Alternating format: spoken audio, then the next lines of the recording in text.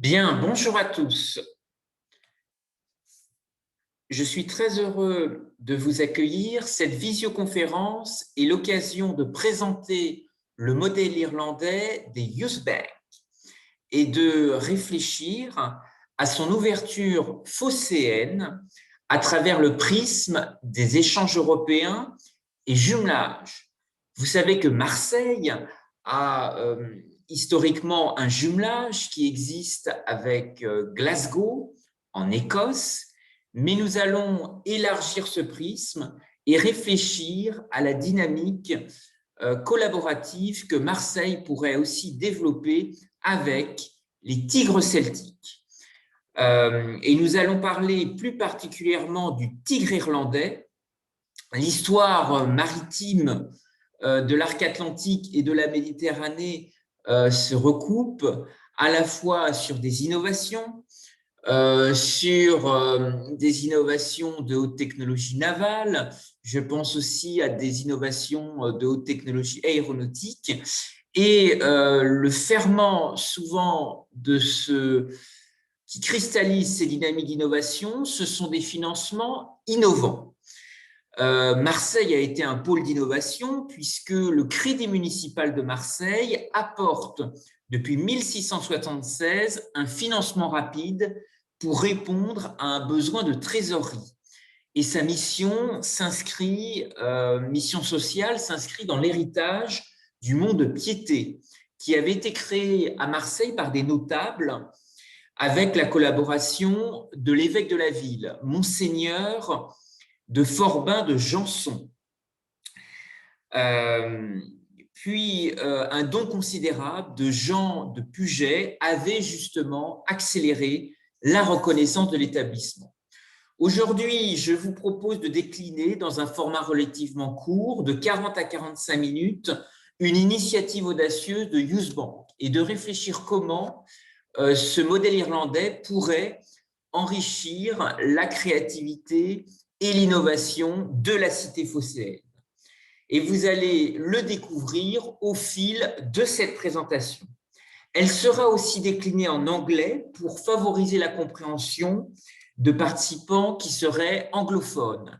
La Méditerranée a aussi des îles anglophones extrêmement actives dans les financements innovants. Je pense à Malte, je pense aussi à Chypre et bien sûr d'autres écosystèmes avec lesquels Marseille pourrait développer des liens en partenariat avec nos amis irlandais.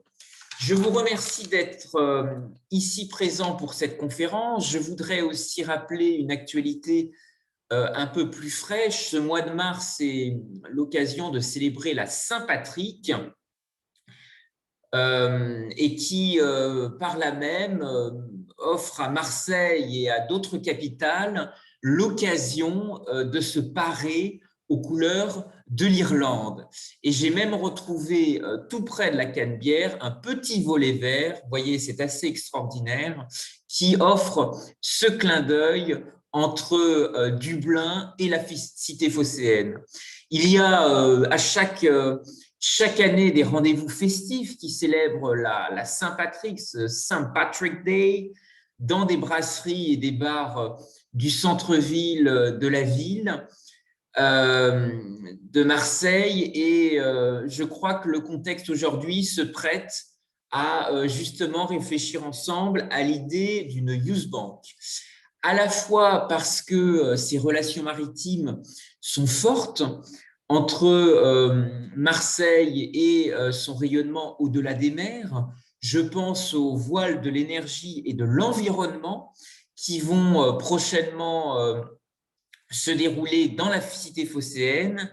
Et peut-être que ce genre d'événement peut aujourd'hui interroger la question suivante: est-ce que Marseille peut être aussi une terre d'accueil d'une Youth Bank dans ses contacts avec les Méditerranées et dans ses contacts, bien sûr, avec les pays celtiques?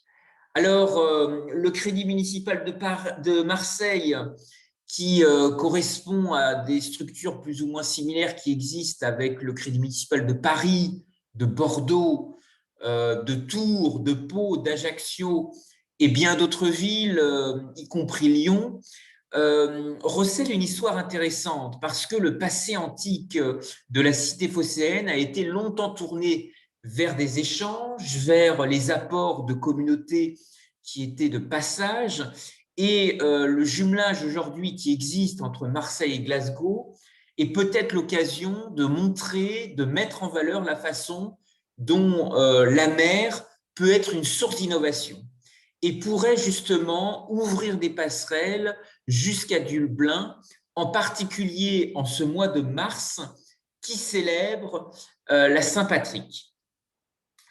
Alors, dans ce cheminement, je vous propose également de rappeler l'œuvre d'un très grand écrivain qui a été visionnaire en proposant les États-Unis d'Europe. Cet écrivain, c'est Victor Hugo, qui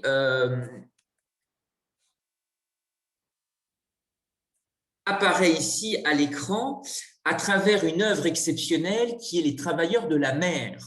Et Victor Hugo a imaginé dans son œuvre la figure d'un roi aucrilier de l'océan qui refuse l'usage de l'or et de l'argent sans son autorisation, et la seule monnaie dans son royaume est le coquillage dont la mer est l'inépuisable coffre-fort. Alors cette prophétie n'est pas tout à fait un hasard puisqu'elle s'est matérialisée d'une façon étonnante dans les relations entre la Méditerranée et l'Irlande, puisque des ostréiculteurs se sont associés avec des courtiers en coquillage et sont partis tenter leur chance en Irlande. Certains ont racheté de petites exploitations et ont fondé Sophie's Shellfish, la société franco-irlandaise. Ce qui illustre bien la très grande convoitise des coquillages et en particulier des huîtres qui représentent une filière mais aussi des valeurs. Alors on considère à peu près que 86% des huîtres irlandaises sont exportées vers la France, ce qui illustre le grand potentiel d'échange, de collaboration en termes d'incubation pour la Méditerranée. Je rappelle aussi que c'est un processus qui est assez long puisque 3 à 4 années d'élevage sont nécessaires aujourd'hui pour obtenir une huître commercialisable. C'est un processus qui est subventionné par l'Union européenne, mais l'ostréiculture ne s'invente pas puisque les naissins qui arrivent sur les côtes méditerranéennes vont suivre plusieurs étapes de croissance et iront ensuite mûrir de l'Irlande vers un terroir spécifique en Méditerranée. Donc l'huître et les coquillages voyagent. Peut-être que c'est une sphère d'inspiration, comme le pensait Victor Hugo, pour imaginer d'autres vecteurs d'échange et pourquoi pas une Youth Bank. Alors, c'est un exemple original qui illustre justement des relations étonnante avec nos voisins irlandais.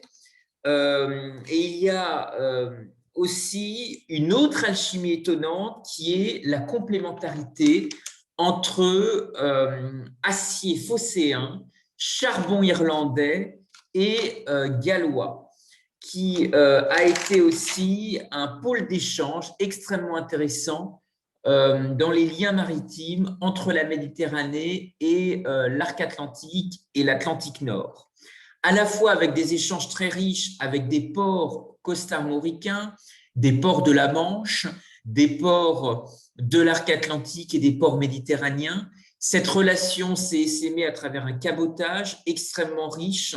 Peut-être que certains ont en souvenir les charbonniers de Jersey, qui étaient ces bateaux qui transportaient du charbon, mais il y a eu aussi toute une dynamique d'échange très forte avec des ports entre Marseille, entre Gibraltar, entre Cadix, entre La Rochelle, Cherbourg, Saint-Malo, Lorient, Dunkerque. Je pense aussi à des ports normands et bretons qui ont joué aussi un rôle extrêmement important. Alors, il y a eu ici des opportunités exceptionnelles pour le monde maritime phocéen qui s'est connecté au monde celtique. Et je crois que c'est un enseignement extrêmement intéressant qui montre la toile économique et culturelle que Marseille peut jouer avec des communautés. Communauté irlandaise, communauté bretonne, ces diasporas qui peuvent jouer un rôle extrêmement important de rayonnement et d'innovation. Il y a aussi d'autres odyssées qui ont souvent été oubliées. Je pense en particulier à la mémoire de la guerre, à la mémoire des conflits et au rôle qu'a joué la résistance dans la Free French Banking, qui a été créée par le général de Gaulle pour financer les avances de guerre du Royaume-Uni.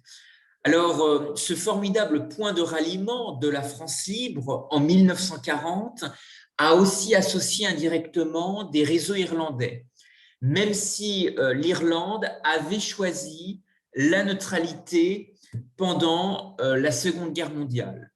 Je rappelle aussi que l'un des piliers de cette Free French Banking, c'est un argentier qui s'appelait René Pleven, qui est un breton. Et il y en a aussi beaucoup à Marseille. La cité phocéenne est riche de ses associations et de ses communautés. La Free French Banking a agi dans l'ombre d'un très grand Européen qui s'appelait Jean Monnet, le fondateur de l'euro. Et c'est pour vous dire que les relations avec l'Irlande sont aussi des relations qui se sont forgées dans des périodes de crise.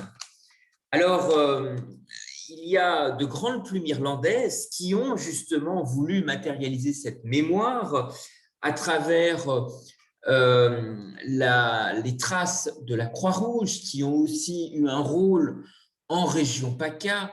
Je vous rappelle que la princesse Grace Kelly, qui était d'origine irlandaise, a aussi beaucoup œuvré pour développer la Croix-Rouge à Monaco. Alors, l'un des plus illustres écrivain qui a transmis cette mémoire, c'est un prix Nobel de littérature que vous connaissez sans doute, c'est Samuel Beckett. Alors, ce panorama historique nous permet de nous projeter aujourd'hui dans un contexte qui est très particulier, auquel Marseille est évidemment familière, c'est la question des frontières. Frontières maritimes, puisque le Brexit remet en question fondamentalement les libertés communautaires que nous avons connues, et en particulier les libertés de circulation. Marseille est une grande capitale de l'Union pour la Méditerranée. Elle a œuvré dans de nombreuses coopérations avec l'ensemble des acteurs du pourtour méditerranéen, avec la Tunisie, avec l'Égypte, avec de nombreux partenaires du Proche-Orient et d'Afrique du Nord. Et peut-être qu'aujourd'hui, Marseille a un rôle à jouer avec l'Irlande, avec Dublin, avec Galway, avec les ports irlandais, parce que les transporteurs cherchent aujourd'hui, irlandais, à contourner le Royaume-Uni pour rejoindre l'eurozone et la Méditerranée. Et donc, c'est un élément qui peut contribuer à relancer les échanges humains avec le pays du trèfle, avec l'Irlande, que l'on surnomme aussi l'île d'Émeraude. Alors, pour relancer les échanges avec l'Irlande, cela implique de réfléchir à de nouvelles modalités d'autoroute de la mer, dont Marseille pourrait être l'élément, l'animateur, le fédérateur en Méditerranée. L'actualité nous montre aussi l'importance du rôle joué par les compagnies maritimes. Et dans ce domaine, Venise a souvent joué un rôle stratégique dans ces autoroutes de la mer qu'on a bien souvent oubliées. Et Venise a été extrêmement ingénieux pour partager des risques, puisque la Sérénissime République a été la première place dans l'échange de parts dans des navires.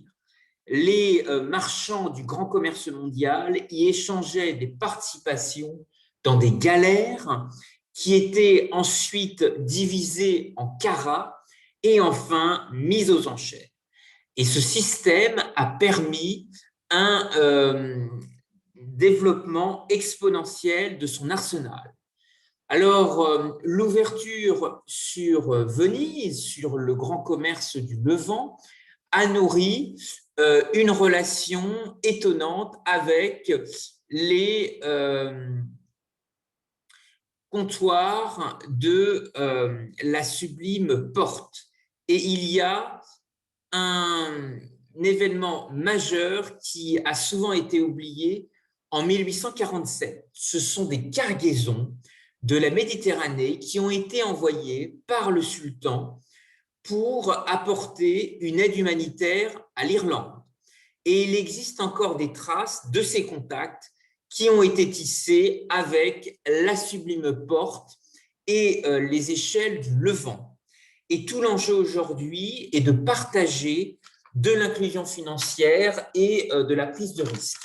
C'est un sujet qui est dans l'actualité de grandes institutions multilatérales. Depuis 2016, le FMI a publié des études relatives à l'impact des technologies blockchain sur l'économie mondiale. La gouvernance du port de Marseille réfléchit à ces technologies. Stéphane Richard était un candidat pour une expertise forte dans le digital, pour réfléchir à l'avenir du port de Marseille. Et ces technologies blockchain, comme des îles aujourd'hui s'y intéressent, je pense au cas de Malte, interrogent justement les possibilités d'inclusion financière dans l'économie mondiale. Alors, les îles innovent beaucoup dans ce domaine et l'un des modèles méditerranéens à suivre, c'est effectivement peut-être Malte, qui veut être une plateforme d'innovation et de financement, en particulier dans le cadre de la reconstruction de la Libye. Je pense aussi au rôle de Chypre, qui veut jouer également un rôle plus ou moins similaire dans le cadre de la reconstruction du Proche-Orient avec le Liban et bien entendu la Syrie. Je continue en peut-être faisant aussi l'écho d'une actualité récente qui est une tribune de Jean-Yves Le Drian, un diplomate qui a été publiée le 2 janvier dernier et qui s'intitule « France, your EU closest neighbor ». France, le voisin, votre voisin le plus proche. Cette tribune a été publiée dans les colonnes du Irish Times et vous pouvez la retrouver assez facilement sur Internet. Je vous propose et je vous encourage à la parcourir parce qu'elle illustre assez bien toutes les formes de coopération que l'on peut co-construire avec l'Irlande et avec Marseille. Alors, cette tribune a aussi le mérite d'ouvrir un débat et ce débat, c'est ce débat que je vous propose d'avoir aujourd'hui dans la cité phocéenne au sujet de la Youth Bank. Alors, j'ai voulu construire cette présentation en apportant aussi le recul d'un expatrié, puisque j'ai rencontré plusieurs représentants de la diaspora irlandaise au Moyen-Orient, où j'ai travaillé plusieurs années dans le Golfe Persique. Et je pense aujourd'hui que Marseille doit pleinement jouer ce rôle de carrefour de diaspora, de pont qui se sont créés entre l'Europe, la Méditerranée et le Moyen-Orient. Et donc, le débat que je vous propose d'avoir aujourd'hui, c'est de réfléchir au rôle des financements innovants avec nos cousins celtiques, avec nos amis irlandais, qui ont aussi une diaspora extrêmement développée, qui va même jusqu'en Australie. Et je pense que ce débat peut justement apporter de nouveaux leviers de construction et d'interdépendance européenne. L'argent est considéré comme un moyen d'investir, de créer et d'innover. C'est une forme d'énergie universelle dans les affaires qui permet de faire bouger les choses et de transformer des visions en réalité. Alors voilà, ce voyage dans l'espace et dans le temps me permet de faire la transition avec le débat phocéen d'aujourd'hui. Qu'est-ce qu'une Youth Bank? Est-ce que ce petit point d'Irlande peut aussi germer à Marseille, dans la cité phocéenne? C'est la publication que je vais vous présenter aujourd'hui. et qui fait suite à un travail d'écriture avec des entrepreneurs, des porteurs de projets innovants et des cadres dirigeants. Il y a plusieurs années, le fondateur irlandais des Youth Bank a été invité à Paris pour présenter son concept. Et pour mieux comprendre l'alchimie inédite de ce projet, je vous propose de visionner une petite vidéo qui est facilement accessible sur YouTube et qui vous permettra, à l'issue de la conférence, de découvrir plus en détail le fonctionnement de manière opérant et l'implication des acteurs autour d'une Youth Bank. Le lien apparaît ici à l'écran et je vous transmettrai les liens si vous souhaitez y accéder. Cette conférence est enregistrée et accessible, retransmise sur YouTube si vous souhaitez vous inspirer par la suite de cette expérimentation.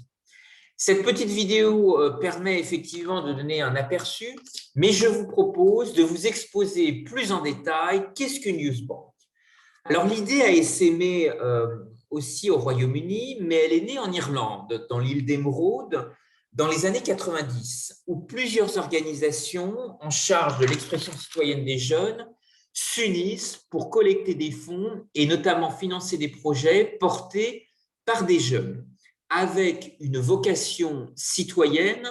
La particularité de ces Youth Banks, c'est qu'elles sont gérées essentiellement par des jeunes, âgés entre 20 et 25 ans, mais des référents plus âgés peuvent venir en appui. L'un des éléments précurseurs de cette expérimentation, c'est aussi de faire en sorte que des facteurs de paix prévalent sur des facteurs de guerre. Et donc, ce dispositif a aussi permis de réconcilier des catholiques et des protestants en mobilisant des acteurs jeunesse. Et c'est quelque chose de très important qui a vraiment fait germer ces marchands de paix et de prospérité. Je pense que c'est un exemple qui résonne assez bien avec l'histoire de la laïcité phocéenne qui a su s'appuyer sur des communautés qui étaient des facilitateurs.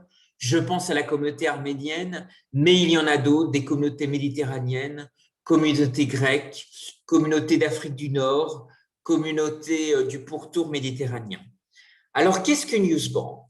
Eh bien, une Youth Bank, c'est tout simplement une structure de financement participatif dédiée à des jeunes projets, jeunes porteurs de projets innovants, qui va être performant dans la mise en relation et dans le modèle de gouvernance, puisque l'objectif est d'être une structure pour les jeunes, gérée par les jeunes. Et donc, l'idée est d'amener des jeunes générations vers le goût d'entreprendre et la prise de risque, et donc au final, semer les graines d'un écosystème fort en matière de création de valeur, dans tout ce qu'il y a de plus fort dans la philosophie méditerranéenne et la philosophie marseillaise, puisque cette création de valeur, cette prise de risque, elle renvoie bien évidemment à Aristote, mais aussi à Démocrite et à saint Thomas d'Aquin, la notion subjective de valeur. Alors, il ne s'agit pas de faire doublon, notion subjective de création de valeur, mais bien sûr de trouver une complémentarité des conjugaisons avec des dispositifs existants. Plutôt que de trouver des modes d'action concurrents, au contraire, trouver des modes de réflexion très innovants. Ce qui veut dire que la mission de la Youth Bank va être très variée. Il en existe 5 principales.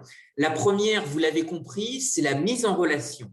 La mise en relation avec des jeunes talents porteurs de projets innovants et des investisseurs locaux. Ça pourrait être, bien entendu, des investisseurs marseillais, tout l'écosystème de l'investissement local, l'écosystème du financement de l'innovation qui existe avec de nombreux protagonistes marseillais dans les Bouches-du-Rhône. Il y a aussi d'autres missions qui est notamment d'offrir des conseils personnalisés, des orientations vers des mentors, des parrains, des réseaux qui peuvent aider à accélérer le projet. Sur ce volet-là, la Youth Bank se veut davantage un lieu de ressources. C'est donc un véritable incubateur de l'engagement, un véritable incubateur marseillais qui pourrait voir le jour dans les Bouches-du-Rhône, qui est aussi une terre d'engagement et qui pourrait s'inspirer de nos amis irlandais. La Youth Bank est aussi un outil qui permet de flécher des financements, des dispositifs publics d'appui à l'innovation, je l'ai mentionné. Et enfin, le pilier fondamental, c'est de proposer une participation financière. C'est-à-dire que la décision d'attribution du financement sera déterminée par une commission collégiale, regroupant les membres de la Youth Bank au vu de l'intérêt citoyen, de son originalité et de sa viabilité. Alors, ce dispositif colle à des besoins. C'est le plus important. En fait, il y a eu beaucoup d'études déjà existantes sur le crowdfunding et on connaît déjà ce sujet dans la Méditerranée, ce financement par la foule. On a très vite réalisé que les gens voulaient aller beaucoup plus loin et qu'en réalité, 39% des crowdfunders se disaient intéressés pour aider un projet et y participer en termes de conseils. Alors, en réalisant une analyse sociologique un peu plus fine, il est important de bien réaliser les freins et les accélérateurs à l'entrepreneuriat des jeunes. Pour réussir cette fertilisation croisée, il y a des chiffres, notamment de l'INSEE, qui considèrent que 50 à 60% des jeunes Marseillais ont l'intention de créer une entreprise. C'est un chiffre extrêmement important par son potentiel, mais seulement il existe des freins. Il y en a 3 majeurs. Tout d'abord, il y a l'essoufflement des jeunes face au circuit bancaire classique. Ensuite, il faut aussi observer le manque de transition expérientielle entre l'adolescence, la fin d'études et l'âge adulte. Il existe également d'autres freins, tous ceux qui sont bien souvent illustrés par le manque de moyens financiers comme principal handicap à la concrétisation d'un projet de création.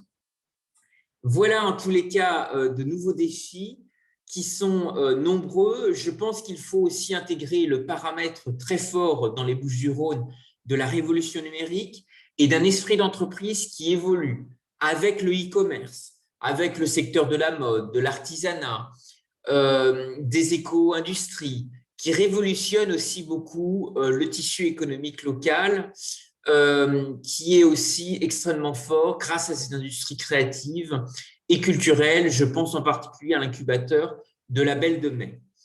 Ce qui révèle aujourd'hui l'immense diversité du paysage entrepreneurial marseillais et la place aujourd'hui qu'il peut jouer en termes de métamorphose dans l'économie bleue avec nos amis irlandais.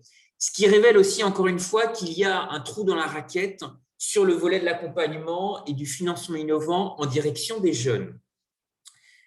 Quel est le fonctionnement global et comment les youth banks peuvent justement être déclinés localement et quel a été le succès de réussite en Irlande, mais aussi au Royaume-Uni, où il existe une communauté marseillaise également très présente. Pour réussir les youth banks, il y a ce qu'on appelle les golden rules. Cela prendrait trop de temps à les décliner. Toutefois, je vous propose de retenir l'une des règles fondamentales, c'est que les youth banks doivent être créés et gérés par des jeunes. Même si des coachs, des mentors pourront soutenir et aiguiller des jeunes pour les aider sans toutefois les influencer. Ces quelques missions structurantes sont importantes à retenir pour réussir l'architecture de la Youth Bank. Il faut des piliers solides. Et parmi eux, on retrouve toujours la même chose, c'est de pousser des jeunes à s'associer et donc mener un travail permanent de sensibilisation, d'événements thématiques et de mise en place de réseaux. C'est ce qui peut expliquer, dans la mise en œuvre du modèle irlandais et du modèle britannique, des structures assez fortes de confédération. Il existe des confédérations des Youth Banks en Écosse, en Irlande, et ces pôles vont justement apporter un rôle de soutien logistique, mais aussi de relations institutionnelles. Et donc, ce modèle irlandais peut apporter un rôle de support logistique important. Il pourrait tout à fait se transposer en France et c'est le sens de mon ouvrage qui développe des préconisations pour expérimenter une Youth Bank pilote. Et donc, la parution que j'ai coécrite avec des entrepreneurs et des cadres dirigeants propose des outils de mise en place dans la cité phocéenne avec tout l'écosystème du financement à l'innovation qui existe déjà. C'est pourquoi je suis très heureux de vous annoncer la publication de cet ouvrage qui s'intitule « Vers l'expérimentation d'une Youth Bank » qui prend la forme d'un livre blanc. C'est une publication en français que je vous propose également de vous transmettre, si cela vous intéresse, en format numérique, à l'ensemble des participants et des personnes intéressées lors de cette visioconférence. Le débat, bien entendu, reste ouvert aujourd'hui, puisque la vocation est aussi d'animer un laboratoire d'idées, puisque de nouveaux leviers peuvent aussi s'imaginer en permanence. Et parmi des éléments alternatifs, beaucoup d'idées foisonnent aujourd'hui. Peut-être que certains d'entre vous ont aussi entendu parler dans l'espace public de l'émergence du Media for Equity, qui consiste à offrir des espaces publicitaires à des associations et des startups. Je pense que c'est quelque chose qui pourrait beaucoup marcher à Marseille. Ce sont des grands groupes marseillais qui ont été aussi très acteurs et assez précurseurs dans ce domaine. Je pense en particulier à JC Decaux, mais bien entendu, l'aéroport de Marseille pourrait aussi être un acteur pionnier dans ce domaine. Et j'invite les acteurs phocéens à s'intéresser à ce sujet et à se rapprocher des acteurs anglo-saxons, britanniques, irlandais, qui sont aussi moteurs dans ce domaine, de Dublin à l'Australie. C'est une voie en tous les cas extrêmement intéressante à explorer dans ce débat. Je vous signale également des outils numériques qui pourraient aussi contribuer à enrichir cette dynamique. Je voudrais vous rappeler l'existence d'une page Instagram, Youth Bank France, également un compte Twitter et enfin une page Facebook qui peut être aussi là pour susciter du débat et créer de l'énergie et des dynamiques collaboratives avec nos voisins irlandais, les startups marseillaises, la Technopole, Marseille Innovation, Made in Marseille. Beaucoup de structures de marketing territorial pourraient certainement s'inspirer de cette initiative pour aussi valoriser le marketing territorial marseillais, sa capacité de networking, sa capacité de s'intégrer dans des réseaux internationaux. Et ça, c'est l'ouverture, la carte de visite de Marseille. Je voudrais vous remercier pour votre attention. Ces slides défilent également en anglais pour permettre aussi à des animateurs, à des participants anglophones qui voudraient également rejoindre cette aventure. Je ne vais pas aller plus loin, mais vous dire qu'effectivement, les Bouches-du-Rhône sont une terre d'innovation et demain, bien entendu, se jouera aussi la carte des financements innovants et Marseille peut effectivement jouer un rôle sur l'échiquier européen, sur l'échiquier méditerranéen. N'oublions pas le partenariat irlandais qui est fort, qui doit aussi exister dans le contexte du Brexit. Je crois que c'est un élément extrêmement important. Je vous remercie pour votre attention. J'espère n'avoir pas été trop long et je voudrais vous laisser la parole, la liberté aussi de réagir, de faire part de vos réactions. Il y a une petite bulle de discussion, d'échange, une capsule dans laquelle vous pouvez aussi faire part de vos questions. Je vous remercie et je vous laisse la place pour des échanges.